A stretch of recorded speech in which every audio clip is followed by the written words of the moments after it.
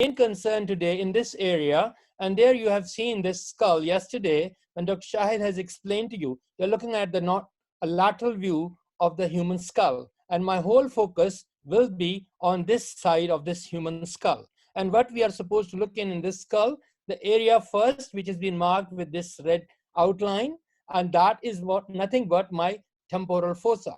So this temporal fossa has so many things, but we are main concerned with some of the important landmarks. And these landmarks are, you're looking at muscle, a muscle which has been sitting in this area, which was previously lined, and that is one of my muscle of mastication. And this muscle is named as temporalis. And there is another muscle, which is below to this zygomatic arch, and that is on the ramus of the mandible, and that's my masseter muscle. So that's there. So these muscles, let's look further about masseter. We can see that it's attached to the zygomatic arch and zygomatic bone, and it's going towards the outer surface of the ramus of the mandible. Now, looking for, you can see there are two heads of it. If you know it, it's fine, but we know this whole thing all together. This is called masseter, which is going to be attached on the outer surface of this ramus of the mandible. We need to be good with these muscles, which are being labeled as muscle of mastication. Now, looking further, we have cut this masseter now. Now we are looking at completely about this muscle temporalis, and you can see that this whole muscle is converging. The fibers have been focusing, and they are coming to this part of the ramus of the mandible. This is the coronoid process. So they all are getting attached close to it. So you can see that even it makes sense to you when we eat, when we use our oral cavity, when we use our upper and lower jaw, this muscle, how meaningfully it will be helping us in closing the things. Going further, this is the schematic version, and which shows you, you can see that how the fibers are coming and all of them are converging to a point. That's important. That explains a lot. Now this is another view of the same muscle. Now looking further, now we have talked about the main structures, the muscle which are there. Now can you see that this arch is above and there is a communication. We have just split this arch. Now we need to look into another area which is marked this with this black rectangle. And that's what my infratemporal fossa. Guys, let me remind you, infratemporal fossa is one of that area. Once you are done with this session, 70% of your head and neck stuff is almost done, because we are connecting so many things together, and that's a really important landmark, and you need to be best at these things, but we are learning shortly in our upcoming slides. So let's go further inside and see what happens here. Now this is inside, and you can see that infratemporal fossa, zygomatic arch is in shown. And this is what this plate-like structure, we call it lateral pterygoid plate. And you see there's a space which is numbered at 16. So this is pterygomaxillary fissure, and this 16 is pterygopalatine fossa. So if I try to enter, if I try to go inside, inward from this gateway from this infratemporal fossa, I can access through this pterygomaxillary fissure, and I can be seen inside. I can go into the pterygopalatine fossa, which is one of the very important landmarks. I can communicating upwards, backwards, downwards, and that I'll be revealing in my next slide. So this infratemporal fossa is something which has 6 walls. So let's look into that. But before that, let's do a little bit bony landmarks. So posteriorly, what do you see? The styloid process and the structures who are attached to it. The mastoid bone, the mastoid process. You're looking at the zygomatic arch. Medially, you're looking at what? Lateral plate, lateral pterygoid plate. And this makes what? My medial wall. And this styloid is making my posterior wall. Then who makes my lateral wall? I'm not revealing yet. So now we are looking at the roof.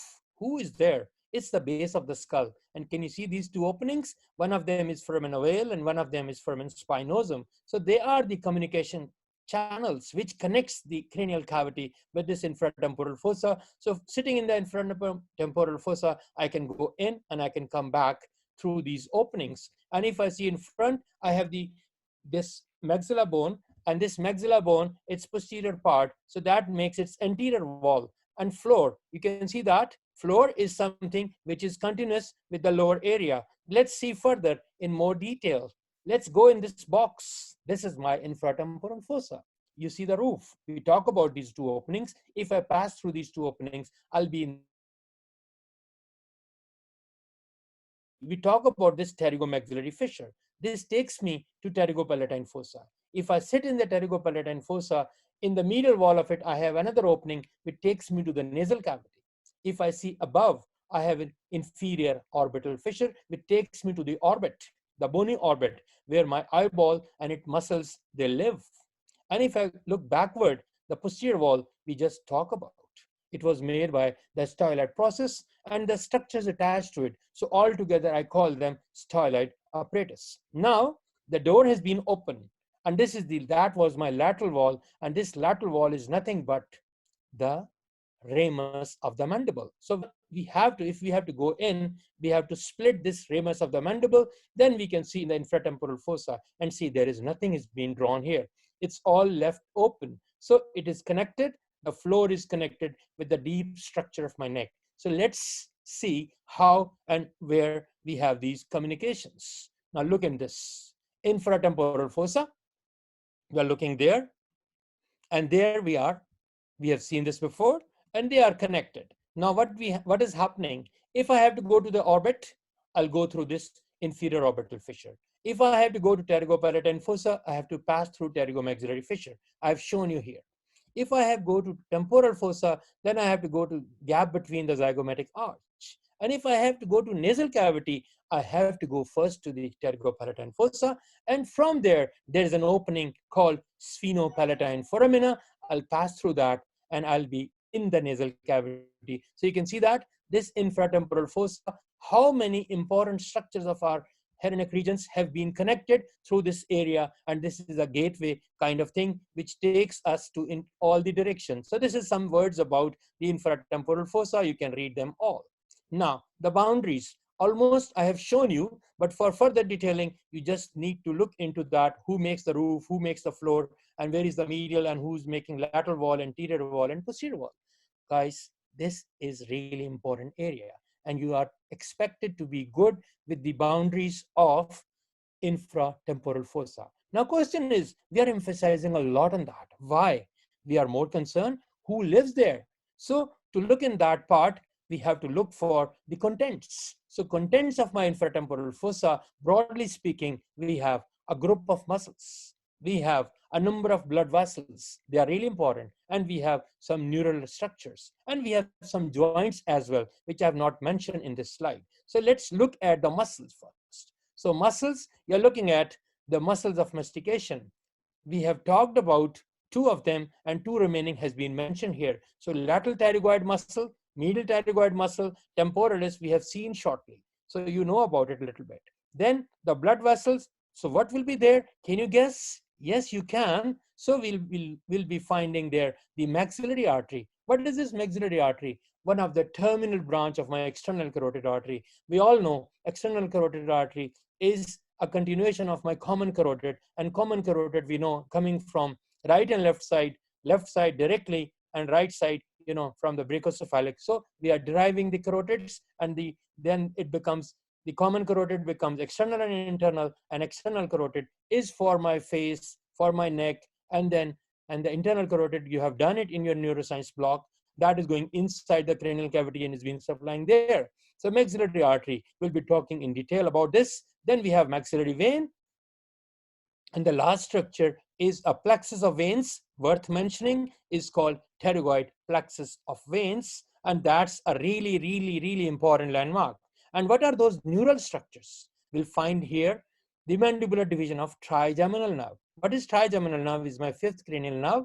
In my next lecture, I'll be talking about facial nerve and trigeminal nerve. And mandibular nerve is one of the important component of my trigeminal nerve. Then we are looking at a branch from the facial, that is the chora tympani nerve. We'll be talking about it.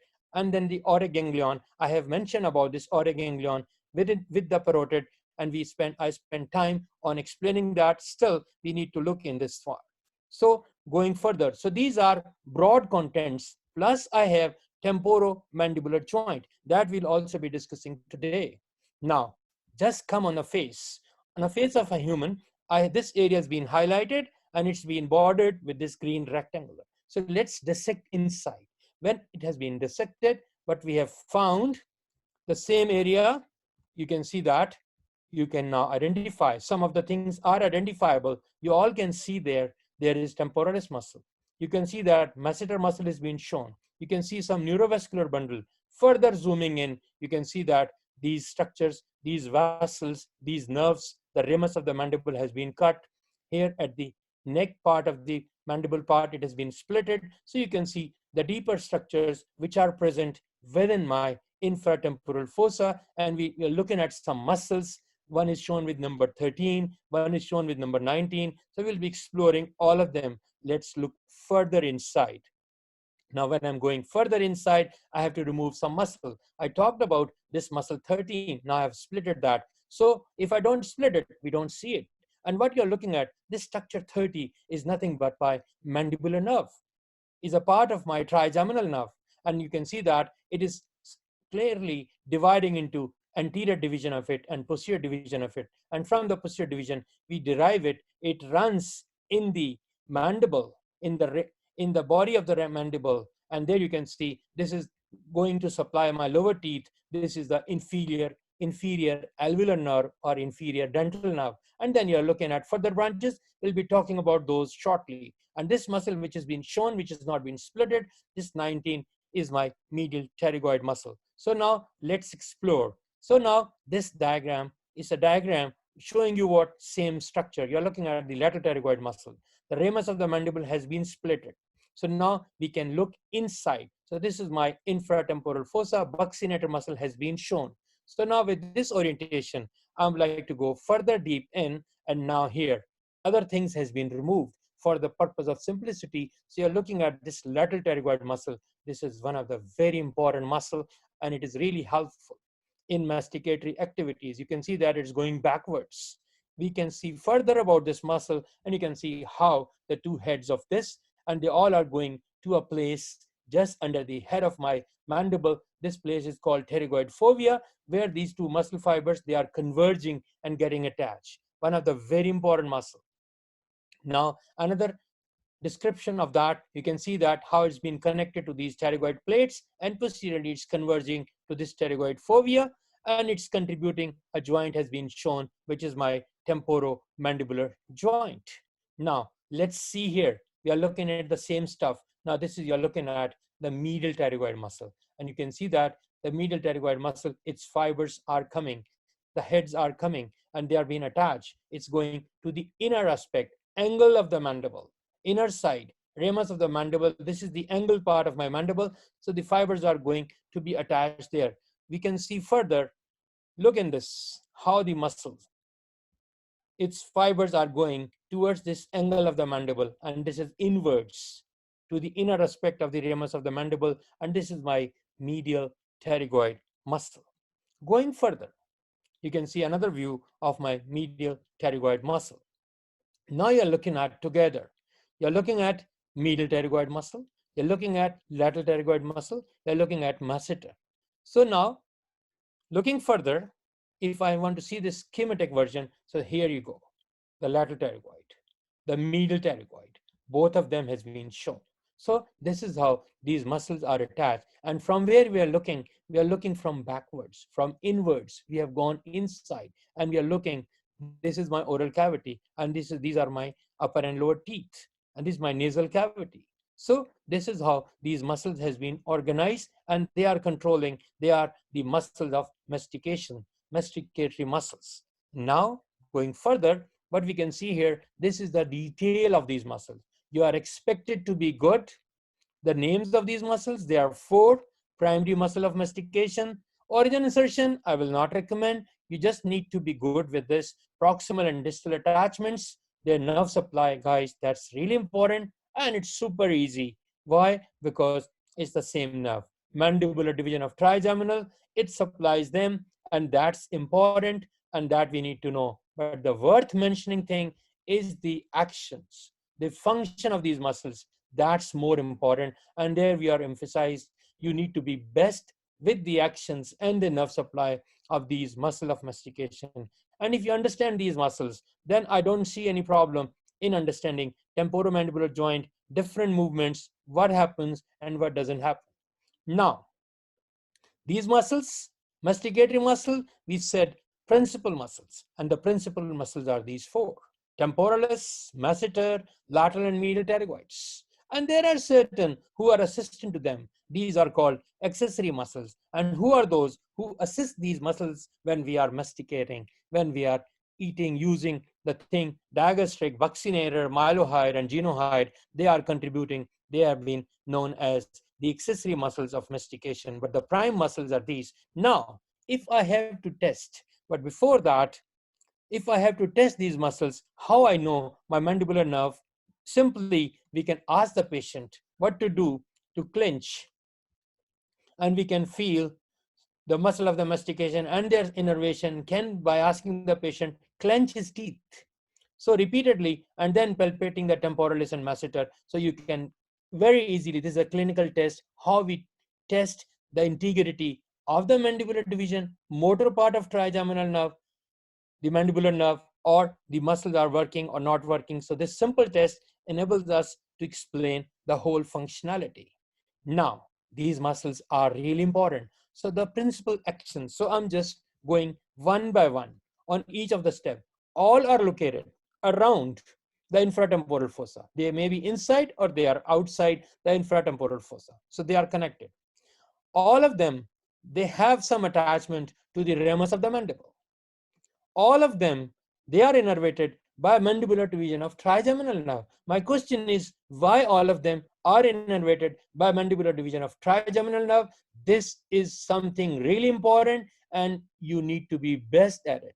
I'm sure Paul has explained it, but you need to be good at it and you need to be knowing this factor.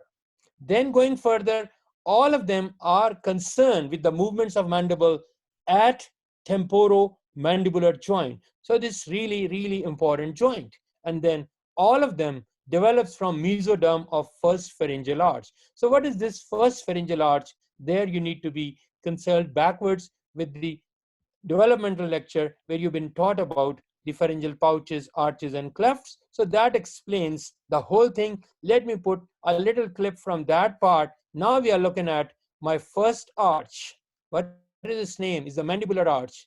And the cartilages which develops from there, their derivatives, the bones which are coming from there, the muscles. And the nerve of this arch is my trigeminal nerve, and that explains all those muscles, all those cartilages, all those derivatives, their nerves should be the mandibular part of my trigeminal nerve, and the artery of the first arch is there, that has been mentioned. So we need to be good with this, these muscles, their innervation coming from this trigeminal through its mandibular division, and we need to be good with this. Now we are coming back to this area. Now we are focused, now you're looking at the external carotid artery. External carotid artery, when it reaches near the neck of the mandible, it bifurcates into its two terminal branches. You're looking at the superficial temporal, which is going to my temporal fossa, and the maxillary, which is going forward. It runs, it goes all the way till it passes through this pterygomaxillary fissure. It reaches to the pterygopalatine fossa. It branches. Like if you remember, if I take you back, MSK, we talk about axillary artery and we use that muscle, pec minor. Yes, pec minor, we divide it with that. And we said first part, second part, third part. Same is here. Another muscle, lateral pterygoid, divides this artery, maxillary artery, into three parts. First part, second part, and third part. And each part gives roughly 5 branches.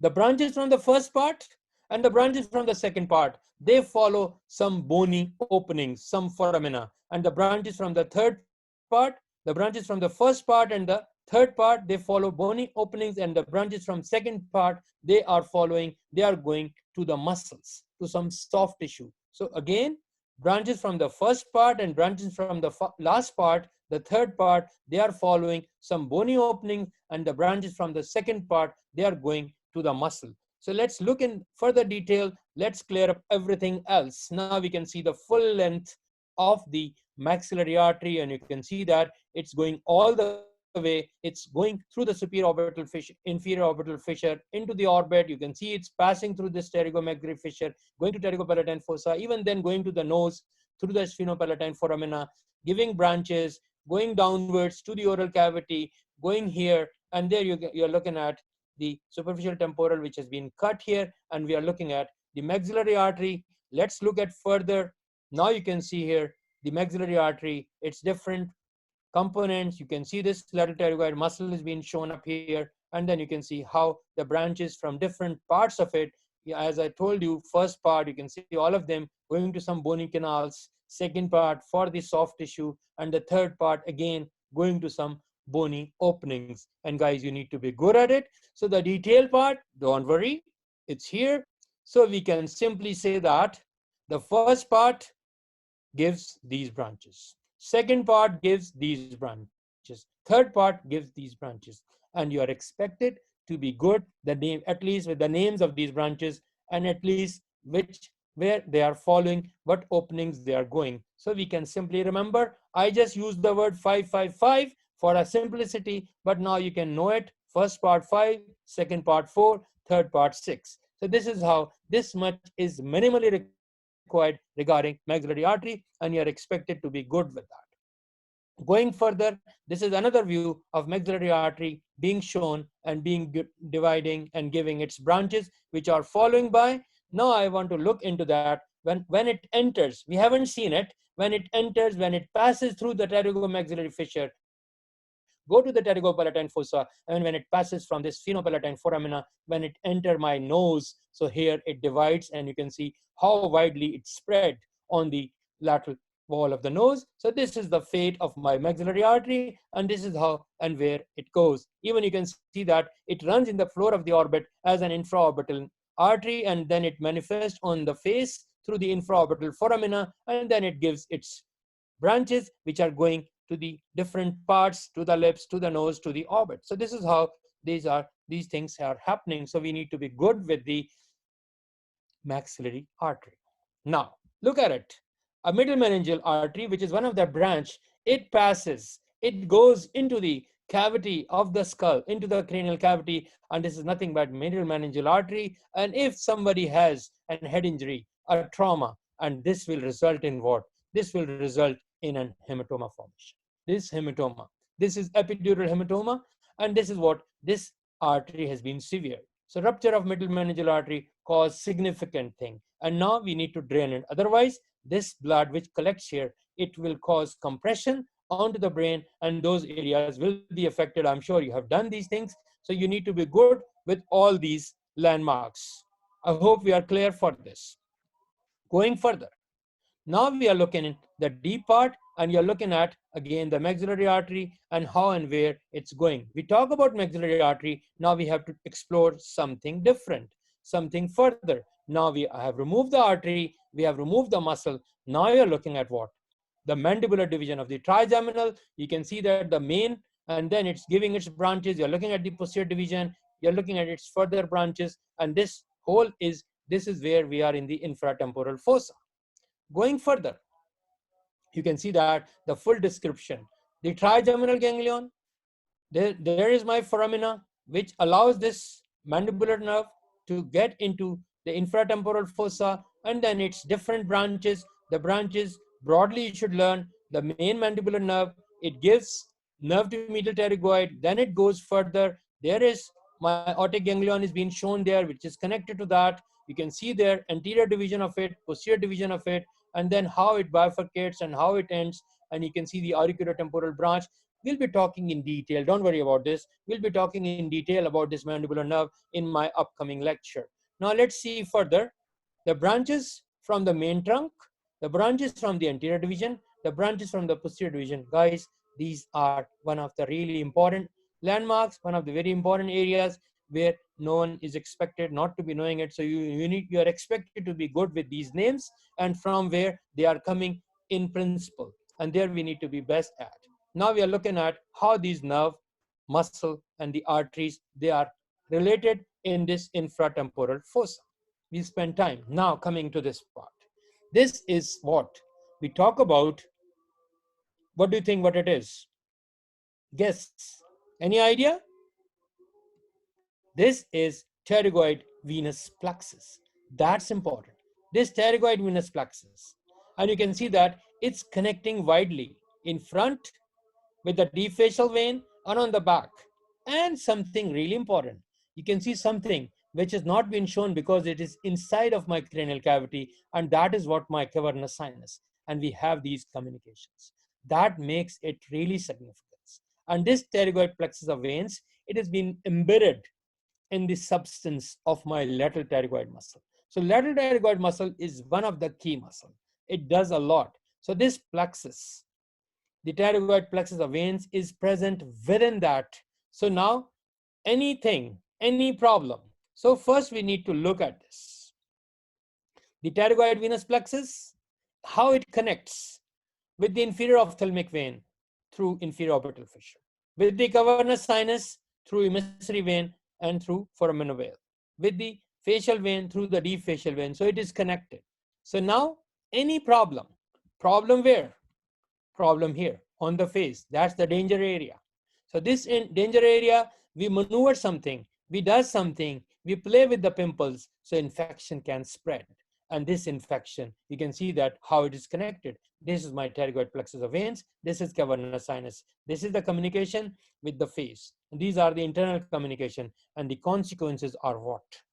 Consequences are these. This is cavernous sinus thrombosis. We know that the lateral wall of cavernous sinus, what important nerves are running there. And this is one of those patients which has been shown. The image was shown in the beginning of my presentation. I hope we are clear by now. Now, looking further, temporomandibular joint.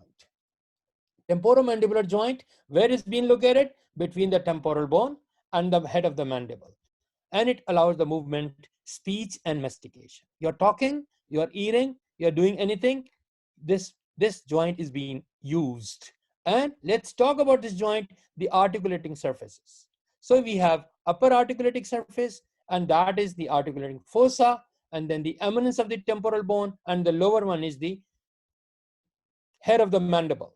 Guys, this joint is important. This joint is special because articulating surfaces are covered by fibrocartilage. It's not hyaline, so that makes this joint as temporomandibular joint as an atypical type of synovial joint. It's not a simple synovial joint because it's not hyaline.